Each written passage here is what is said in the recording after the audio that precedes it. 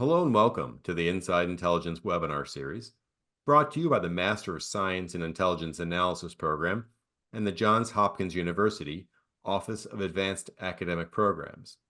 Today's event features a discussion with Robert Clark on using intelligence to control weapons of mass destruction. My name is Peter Huggins, and I'm the event producer. Please note today's event will be recorded and uploaded to the AAP YouTube channel under the Inside Intelligence playlist. During the program, if you have any questions, please feel free to use the Q&A function, and we'll answer as many questions as possible during the latter portion of the event. With that, I will turn over the presentation to our moderator, Dr. Michael Ard, Program Director and Senior Lecturer for the Master of Science in Intelligence Analysis program. Thank you very much, Peter. Welcome, everyone. Today we're talking about an important topic. One of the most important roles that the intelligence community has is the detection and monitoring of weapons of mass destruction. Here to talk to us about this today is Robert Clark, an adjunct faculty member of our Master's of Science in Intelligence Analysis program here at Johns Hopkins, where he teaches the popular Technical Collection of Intelligence course.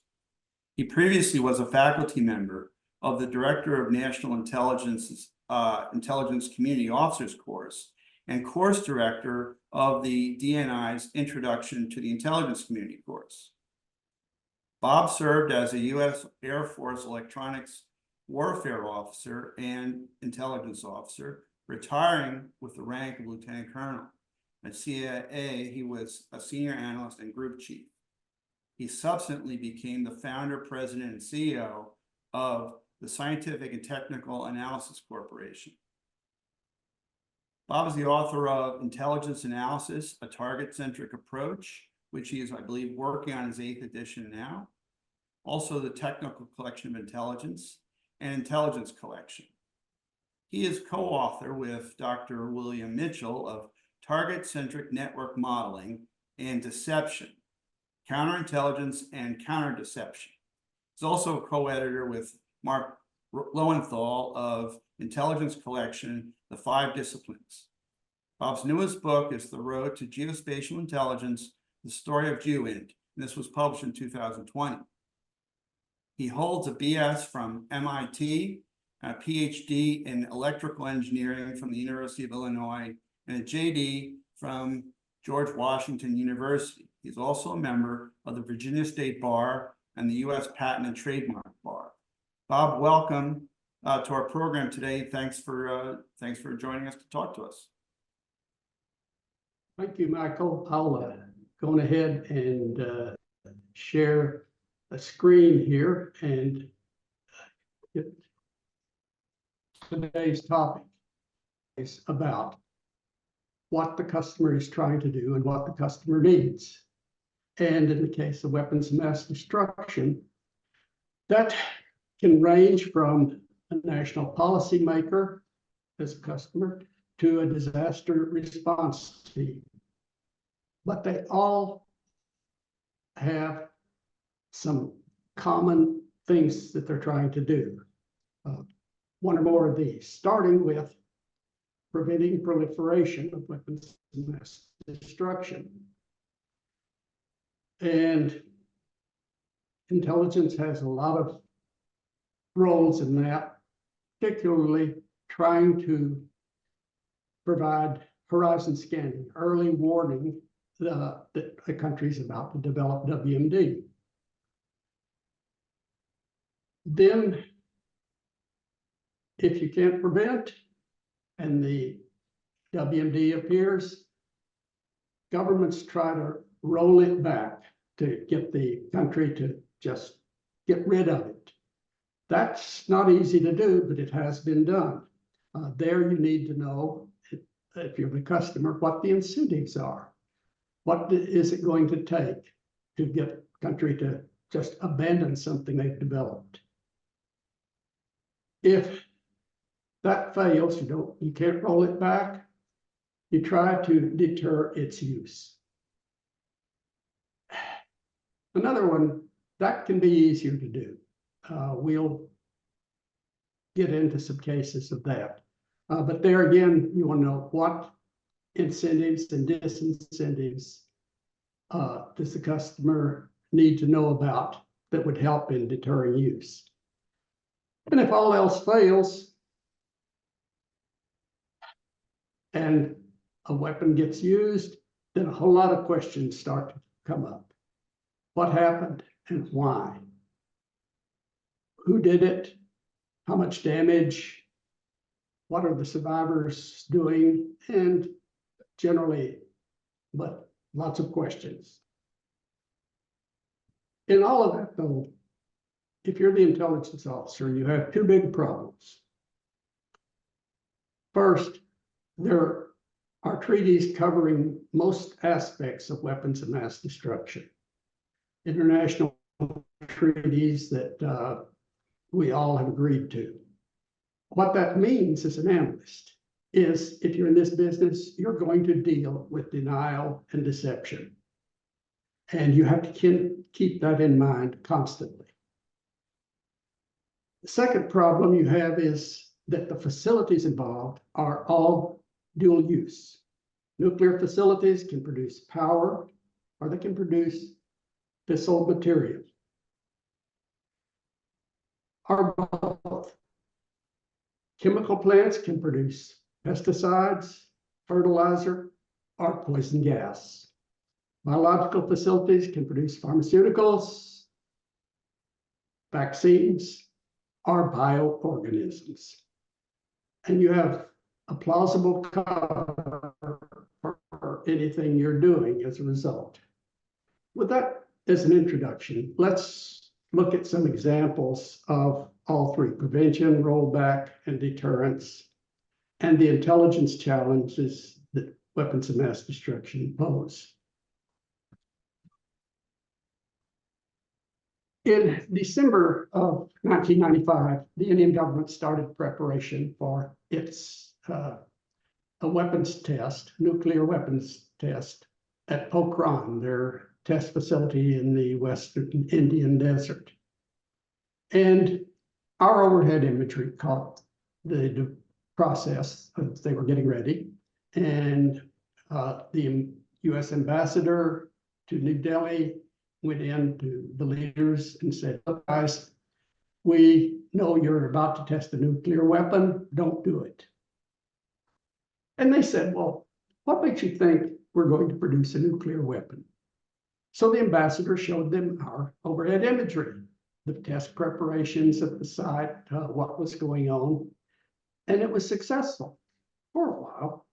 The Indian government backed down and waited 3 years to try again. But this time they had a roadmap. They knew what our imagery capabilities were.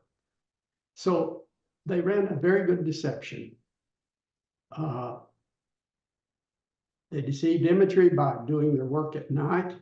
The next day, all of their heavy equipment was back where it had been the day before. They covered up any disturbances to the test site with camouflage, vegetation, or smooth sand where it had been disturbed. And they did a human intelligence deception as well. When a scientist needed to go to Pokhran to work on the site, he or she would not go directly. They'd leave for a conference somewhere in Europe, perhaps, quietly travel back to Pokhran, put on military fatigues so that out in the desert in imagery, they'd look like range maintenance personnel. Very well done. They did open source deception that was quite good. They made public statements assuring other governments that they had no plans to develop a weapon, and they assured our diplomats, we are not going to have any surprise testings. That's a red flag. Anytime concerning WMD, a government says, we're not going to do something, you had better start looking for evidence they're going to do exactly that. And final step in any deception is misdirection. That is, lead your opponent away from the true situation somewhere else. And the Indians did that very well. About 1,000 nautical miles from Pokhran, the Indians have a missile test facility at Chandipur in eastern India. And just before the test, they started preparation for what looked like an intermediate range ballistic missile test, which was of great intelligence interest to us. So we started focusing all our resources on Chandipur. And at the same time, they did the test of 3 nuclear warheads in 1998. They set off a missile, but it wasn't an IRBM. It was a surface-to-air missile, which we really couldn't have cared anything about the test, but it was successful. We focused our imagery assets on Chandipur. Great deception. And the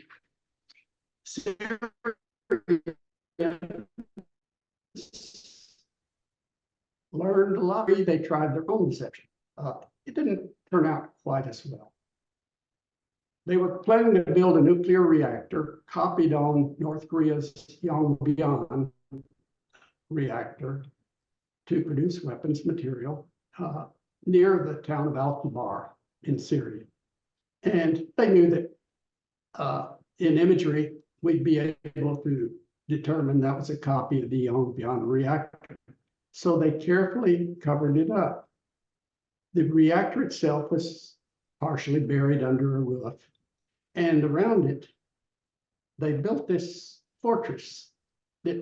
This looks like, to a casual observer, a Byzantine era fortress, a number of which are scattered around Syria. Okay,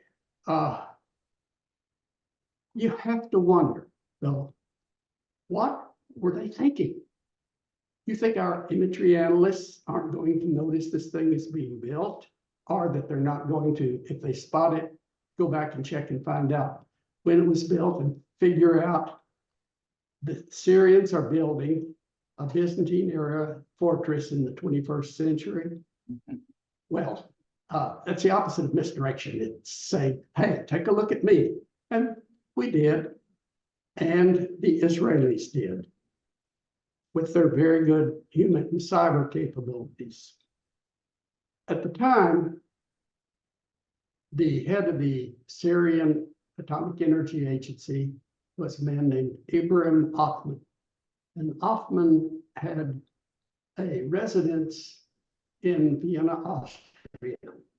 So Mossad agents focused on that. One night they broke into the residence, hacked into Othman's computer, and downloaded a large set of photographs of top secret of Al-Kibar, including one, something like this, that showed that it was a copy of the Yongbyon reactor. Well, we're too late for prevention. Things almost finished.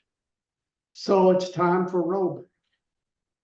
And when we talk about rollback, usually we're talking about diplomatic, economic pressure, let's say soft pressure to persuade a country to knock it off.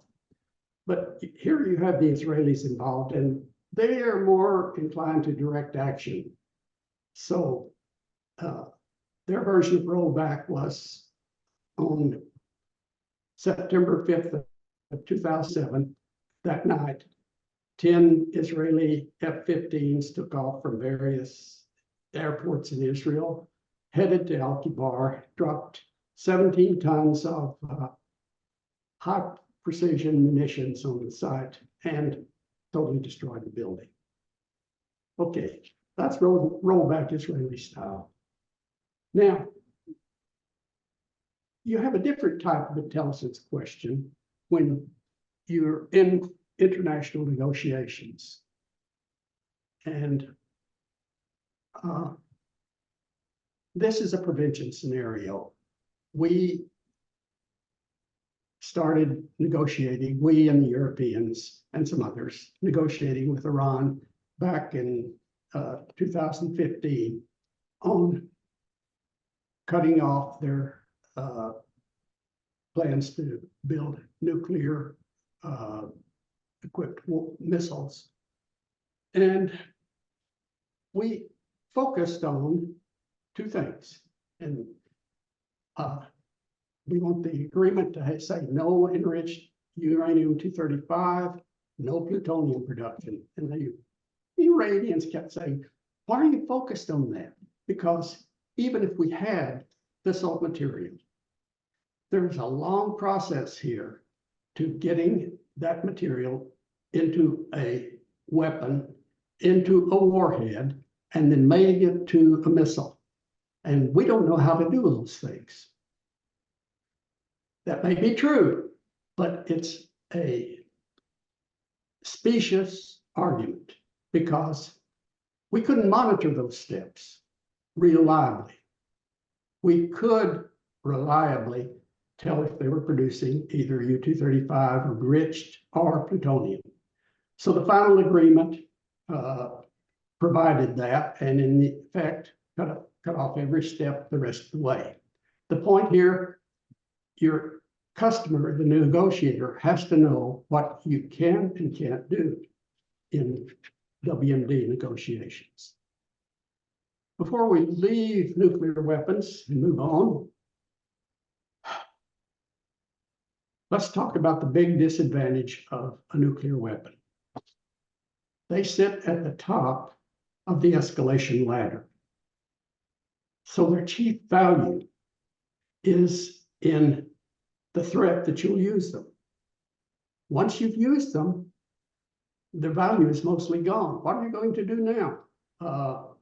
You've paid a price for first use, you have crossed a threshold, and there are consequences. But our intelligence has to weigh all the time whether the threat could turn into actual use. And for the last 2 years, as Putin and his surrogates have threatened to use nuclear weapons in Ukraine, we've been monitoring that pretty closely. And final point, deterrence only applies to governments. If a radicalized group gets a nuclear weapon, they're not going to worry about an escalation ladder or consequences, world opinion, retaliation. So you have to, intelligence has to monitor transfer of know-how, transfer of material, movement across borders, weapons safety in countries that legally possess nuclear weapons. Worldwide, it's a continuing problem. Chemical warfare is a different type of problem. It's harder to deter use because it's already been used many times. So intelligence tends to focus on proliferation, which is hard enough to do. There are different types of precursor materials, chemicals, equipment. Many of them are dual use. So you don't have a reliable means of distinguishing between legitimate and illicit production. And you wind up looking for subtle clues in imagery. You look at suppliers, financial transactions, material shipments, and the sources of many of those are fairly well known. They're mostly European and especially German firms that have built dual-use factories in the Middle East, North Africa, other places. And let's talk about an example of that.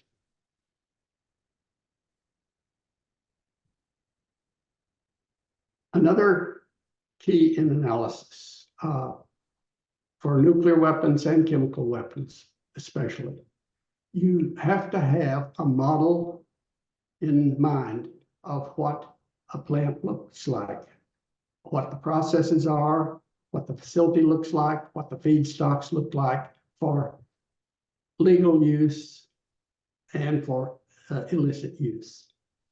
In 1984, Libya started the production of what they call the pharmaceutical plant near the city of Rabta in Libya. And it looked like a pharmaceutical plant, except it didn't fit the model in one respect. The air handling equipment was air filtration in particular was much larger than it needed to be. And that caught the attention of some imagery analysts. And they started taking a closer look. Now, the plant had been equipped by the West Germans, built by mostly with one West German firm. So the West German government at the time acquired the blueprints for the plant. And it raised a lot of red flags. Airtight windows and doors, burn-off unit, gas-tight walls, corrosion-proof linings, and escape routes. And clearly something not quite right there. Then in August of 1998, they made a partial test run of some agent. It might have been sulfur mustard, it might have been a nerve gas, but a toxic release from the plant spread out across the area and killed a pack of desert dogs, wild dogs that were out there. And those came out in imagery. Now, before we go further, you get some of your best intelligence when something goes wrong. And this was a big go wrong. The panicked Libyans called their West German counterparts at the firm and started asking for help in cleaning up and repairing the plant.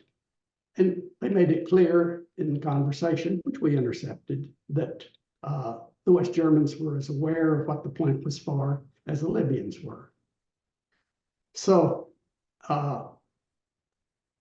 the US and Europeans started putting pressure on the Libyans. Shut down the plant. Stop what you're doing. We started the negotiations to do just that. And then all of a sudden, in March of 1990, the Libyans announced that a fire had destroyed the plant. The French took images of it, and we took images of the plant, and it didn't look like it had been totally destroyed. We looked a little closer, found out that they had put another deception in place. They painted burn marks all over the buildings. And the pressure went back on. And it was a successful rollback. Libyans finally abandoned the plant. They tried again and abandoned again, but that's another story. Finally, biological.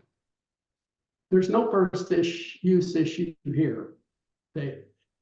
Biological WMD has been used throughout history, in fact, and more recently in Africa, China, the Middle East, cholera, plague, anthrax, you name it. Biological weapons are a different class of threat. We don't pay enough attention to them. They're more lethal on a pound-for-pound basis. Production doesn't require the big plants that nuclear weapons and chemical weapons do. You can do this almost in a trailer. The indicators, the signatures of biological WMD production are hard to get and easily confused with defensive measures like vaccines. Financial transactions in nuclear and chemical are very expensive, so you have a chance of tracking them. Not so with bio. In the past, the BW weapons themselves tended to deter their use because once you release them, you can't control them, and you have the danger of fratricide. But that may be changing, and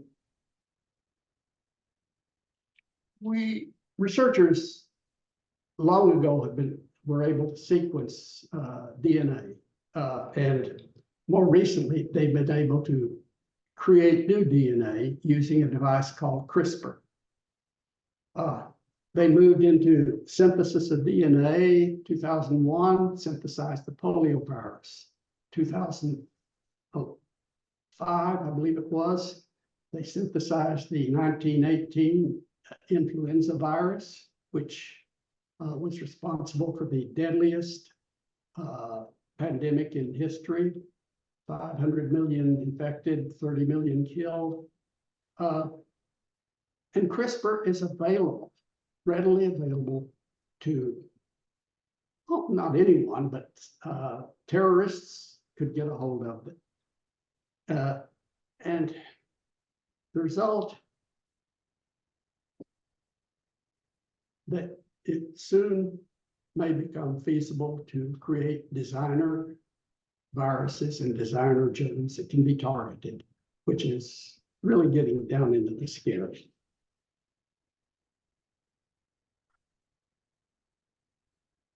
You'd like to end a presentation on a positive note. That's tough to do with WMD. Analysis is pretty tough, in large part because of deception. Customers are constantly on edge because the consequences of a bad decision here are pretty horrible. And people don't hear much about your successes, or they forget them.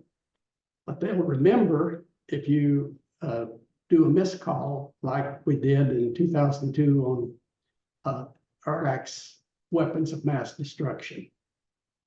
And finally, the future, particularly in biological warfare, is, again, pretty scary. But bottom line in all of that, it means we need to have the best possible analysts we can get on weapons of mass destruction. With that, Michael, I'm happy to turn it over to you and take questions. Bob, thank you very much for that great presentation. A lot of things to think about here. One question I had, and by the way, everybody, I'd like to invite you to put questions either in the chat or the Q&A, and we'll get to them in turn. One of the, I wanted to, and you ended on issue of the analysts. So we have a very extensive intelligence community, of course. What are the intelligence agencies that are taking the lead on WMD threats? Well, first one that comes to mind is my old organization, what currently is called the Weapons Intelligence and Non-Proliferation Analysis Center at CIA. WINPAC has been around under other names for 60 plus years, 60 or 70 years. But turns out there are a lot of agencies involved in various aspects of WMD. DIA has been in that business, the analysis business, since it was created. A number of agencies, collection agencies, of course, are like WMD, NSA, in WMD intelligence, NSA, communications intelligence, NGA, imagery intelligence, and Defense Intelligence Agency has measurements and signatures, that is materials and sampling and air sampling and things like that. But there are a lot of other players with intelligence units. Department of Energy has got the national labs and the nuclear accounts. Army at Fort Ridge, Maryland has biological, I get them confused at times, biological warfare expertise. Homeland Security worries about domestic threats, WMD of all kinds. Oh yeah, let's not forget, would you believe the Department of Agriculture is involved in one type of WMD. because zoonotic or animal diseases are deliberately created occasionally, and they worry about that particular problem. So there are a lot of players. Okay. What about other institutions that are dedicated to non-proliferation? Like you have, for example, the Lawrence Livermore Labs and others. How are they integrated into intelligence community products on this? We have a long history of ties to the national labs, not just Lawrence Livermore, but certainly it's been one of the big ones because we can't be we can't be experts into the depth that a national lab scientist is. They have intimate experience with the problem. So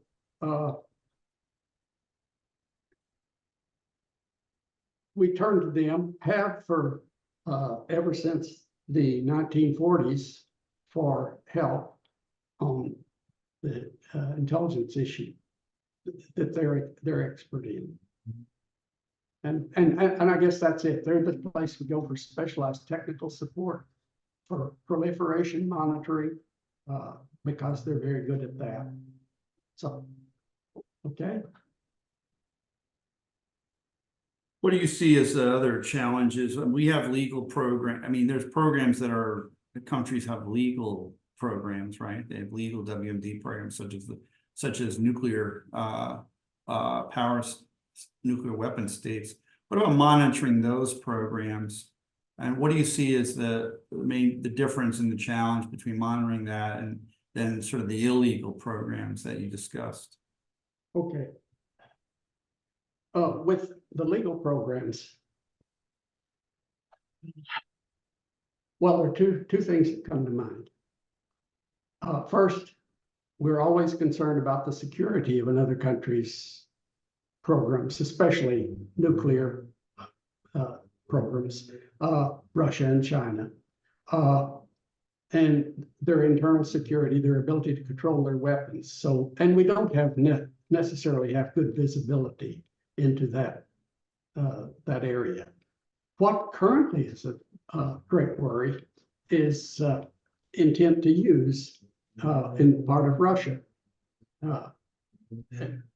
And here's one of the big reasons that intent to use is, aside from the threats that are being made,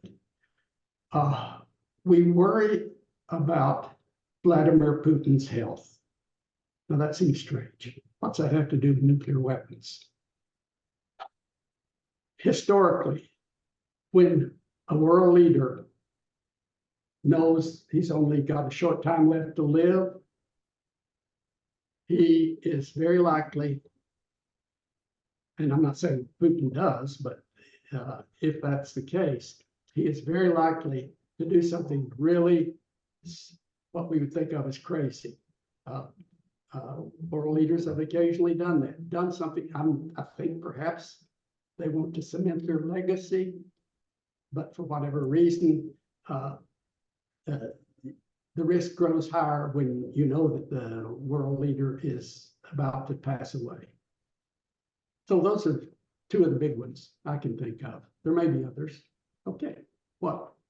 Let's go to the some of the questions that we have. Barbara asked, how well do you think the national centers under the DNI have done on this issue? For example, National Counterproliferation and Biosecurity Center.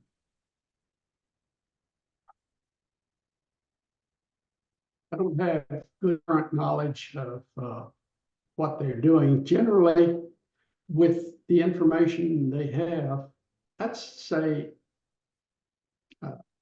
you're only as good as your sources in some of these cases, but I have a great deal of respect for them based on past experience.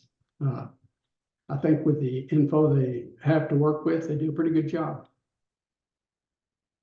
Another question we have is on emerging technologies. And so Kyle's asking, how do you see the role of artificial intelligence and quantum computing in terms of giving us better, maybe a leg up on the intelligence analysis on monitoring these weapons, or conversely, are they adding to the proliferation threat?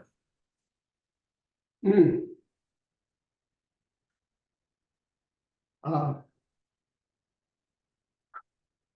looked a lot at AI in particular and machine learning, because those are very big in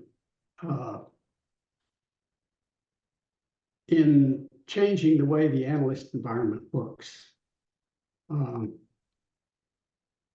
Now, they're going to be slow to adopt them, but there are a lot of programs underway in the intelligence community right now to figure out how do we make good use of AI, machine learning, especially generative AI, that is the kind that you run into with chatbot.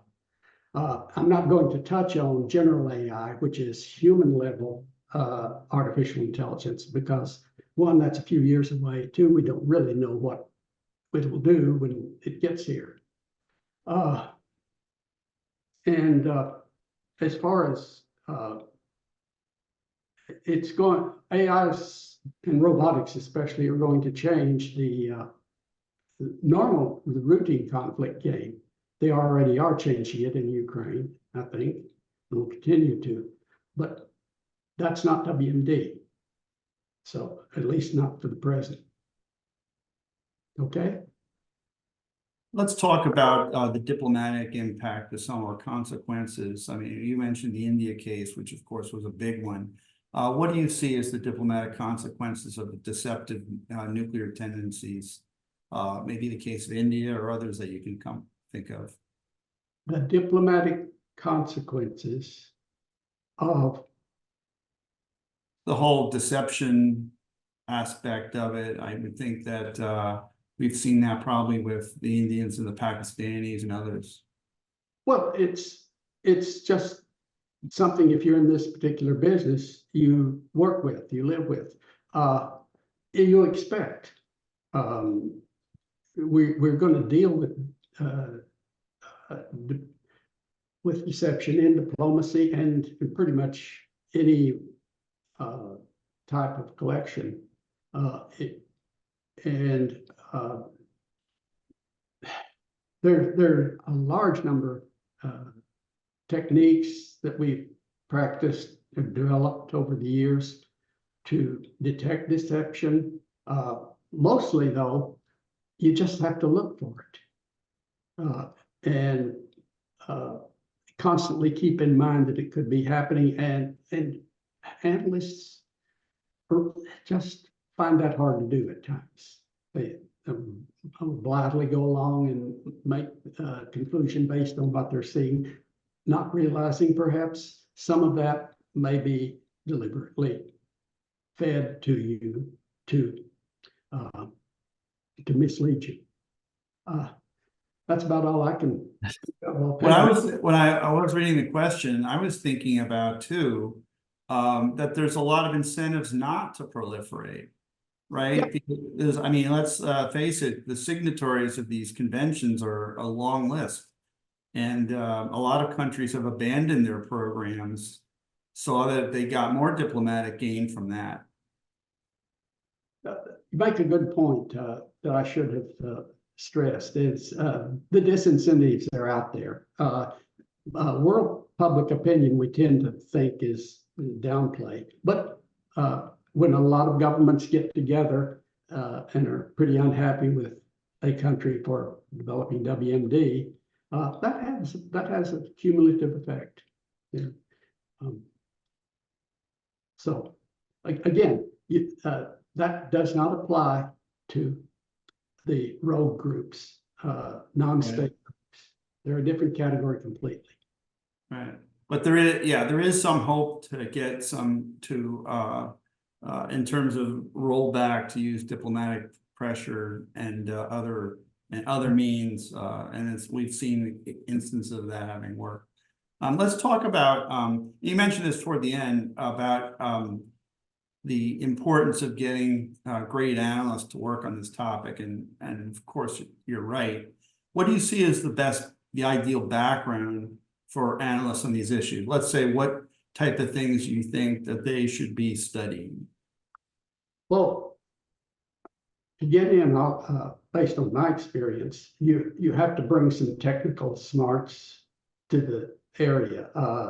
All the people I've known who went into that field have been medically trained for BW, or had a biological background, or chemical, or a nuclear background of some kind. And once you get in, then you have to broaden your expertise, because a good analyst can reach out beyond his or her very narrow specialty and draw in knowledge from other areas. But you need to get in, and that usually requires a technical degree. Right. I mean, your own background suggests that, right? And you had a very strong science background coming in as an intelligence officer. Yeah. One thing I'd like, one question, and Andrew, if you could be more specific, please, about what you mean by basic research programs at DoD, DOE. You can rewrite it in the chat and we'll check a look at that. I'm not sure we can answer that the way it's written. Another question, Bob, in your experience, how important is the role of the private sector in detecting access and placement in counter WMD? Let's pick on one area for that question, because it's been very important. The private sector has been big on it, and that's biological. When there is an emerging an outbreak of some kind of any disease or virus, we've had the first alerts come from some private companies that specialize in just monitoring, for example, social media. The first tips you have that there's an outbreak may come in social media. It's happened several times with some of the more exotic viruses in Africa. Can't offhand think of similar instances of private industry in chemical or nuclear, but we've long drawn on their expertise, the company's expertise. So we did a inside intelligence a few months ago about using the use of private GEOINT, looking at China's nuclear test site. And I'd invite some of our listeners today, or viewers, to go and check that out on our website, which is the YouTube channel, I should say, JHUAAP, where Rennie's talking about how they used basically a private intelligence used to monitor activity at the site. So we're really in a different place now on how much capabilities are available in the private sector on this stuff.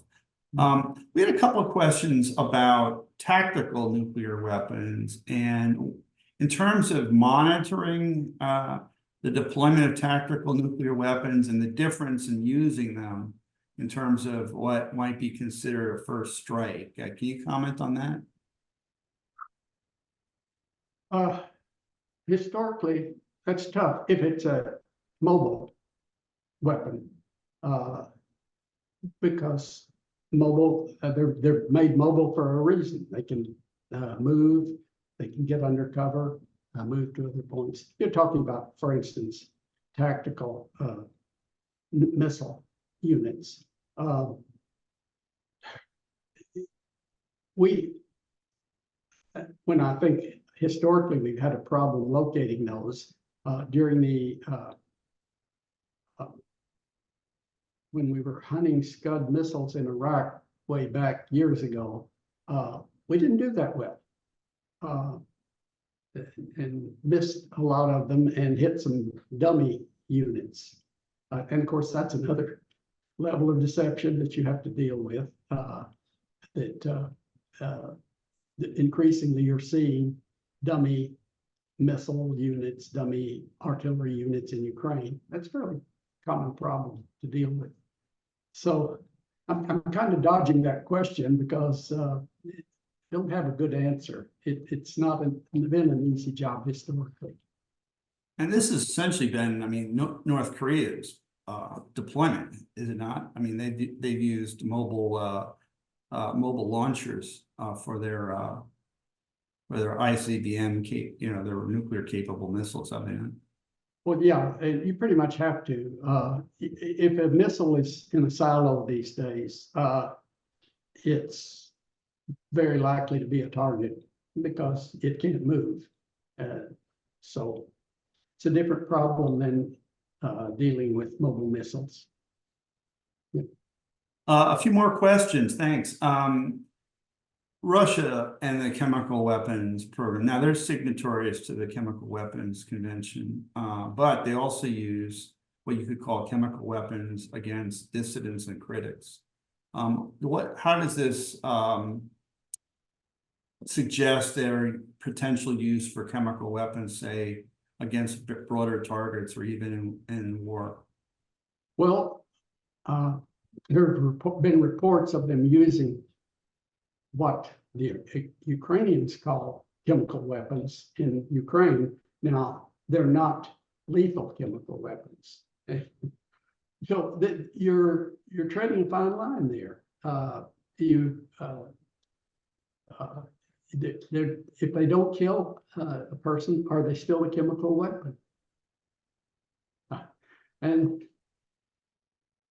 well, mustard gas, right, was always considered to be an incapacitant, was it not? it was, though, as I recall, I may be wrong, it did kill people, but it was an incapacitator, yes, primarily. Mm-hmm. Right. But get it in your lungs. Yeah, it could kill you. No. Yeah. I'm getting warning. I just got a warning my internet connection is unstable. So okay, well that's all right. Let's see if we can last for another few minutes. The question on deception and detection.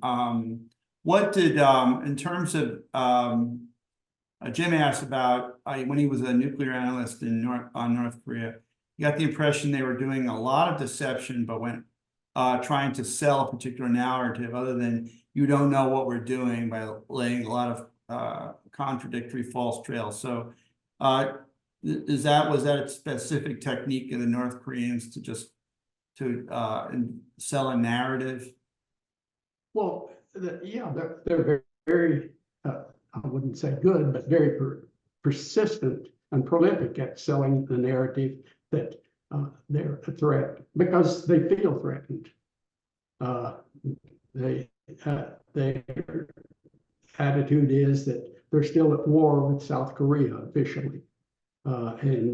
So at any given time, and I think, now this is personal opinion and a little beyond my area of expertise, so with that, my impression is that they are more inclined to bluff, to threaten, especially to hint that we've got nuclear weapons and if necessary, we'll obliterate you. Okay, sure, maybe, but just how much of that is bluff is, well, it's beyond my area of expertise, but certainly there's something there. Let's talk about COVID for a minute. Had we learned anything about, from any of the lessons learned on COVID, do we get anything, do we derive anything on that and the challenges of the biological threat? Do we have any lessons learned from that? Well, I thought COVID was interesting in several ways. One, it told us, but it also told radicalized groups of the damage that can be done to world economies by a pandemic like that. Because if you think about it, it certainly did set a lot of us back and caused a lot of panic and certainly a lot of death.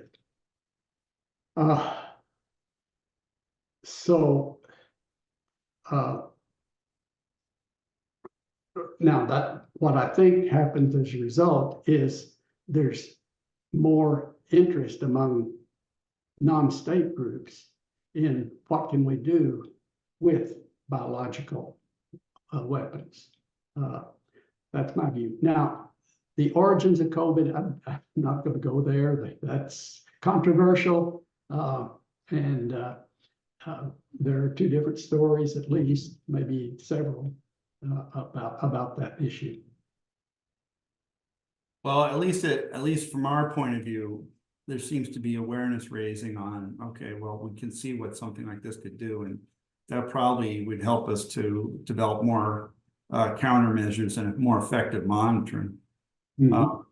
One question now, let's talk about Iran for a moment, because you spoke about that. Are we at a point now where we can really credibly roll back Iran's program, and based on your experience, what would be the best ways to do that? You've got to have some leverage of some kind to force a rollback. At least historically, that's been true. We've already got sanctions on, and you haven't been able, under pressure, to stop Iran from supporting Hamas, Hezbollah, the Yemenis, the Houthis. So what are you going to do to roll back or to prevent? I think we're still at the prevention stage, but that doesn't seem to be working now. What are you going to do to roll them back? What pressure is left? I just don't have any good answers on Iran. I think we're out of good tools right now. Of leverage, right? Mm-hmm. One of the things that, and you mentioned it in your presentation briefly, but something that typically we think about this issue, we focus a lot on technical collection, but there's also a strong role for human to play in the issue of monitoring and containing WMD. Can you speak to that for a few minutes? Well, my connection on human is now a bit aged, but that historically was the way we were able to detect some developments, and especially what human-enabled technical collection, that is getting sensors or, let's say, thumb drives in sensors close to a facility, thumb drives in a computer somewhere, wiretaps. Human is, that's probably the big contribution that has been visible. If we have agents someplace that are providing good intelligence, well, hopefully we're keeping that under wraps so you and I won't know about it. So, I want to got a couple more for you, and then I think James has a creative question here. What about, so was North Korea engaging in a biological weapons attack when they were floating those balloons full of waste or whatever across the border to South Korea? We actually looked at the biological weapons threat from North Korea. It's been a few years now, did a simulation of the release, and I don't remember which agent it was, which organism release. The model suggested it'd be an absolute disaster for South Korea, such that they started inoculating population. It may have been anthrax, it may have been something else. But I think I'm wandering from your question now. But certainly North Koreans have that as a threat. Again, the problem with the standard bioorganisms, though, is the threat of fratricide. That you infect somebody else, you're going to get hit also, and that may be restraining them. Right. Lastly, do you feel that we're developing better countermeasures for potential biological WMD, and who's really responsible for that in the United States?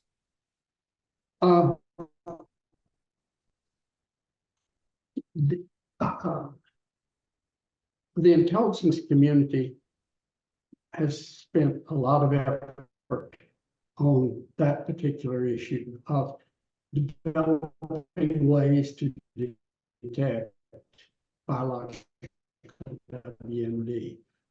If you look at the search for across the community, they've got about half a dozen projects going currently to detect, for example, to detect gene-edited genes, the sort that you'd get from a CRISPR gene editing technology, to identify those when they get them, and to provide warning. They know it's a gap that has to be closed, and right now it's a concern, but I know they're working on it. I don't know what their progress has been. Well, on that, I think we will come to an end with our program today. And thanks for all the great questions, everybody. And we'd like to also thank Bob Clark for being with us, giving us a great presentation and answers to your questions. The recording for this program will be available in a few days on our JHU AAP channel on YouTube. So please check it out. And also keep an eye out for future intelligence, inside intelligence programs that we have coming out for you. Bob, thank you very much. We look forward to you teaching for us again this fall, your technical collections class, and we'll see you soon. Okay, thank you all. Thanks, Michael. Thank you. Bye, everybody.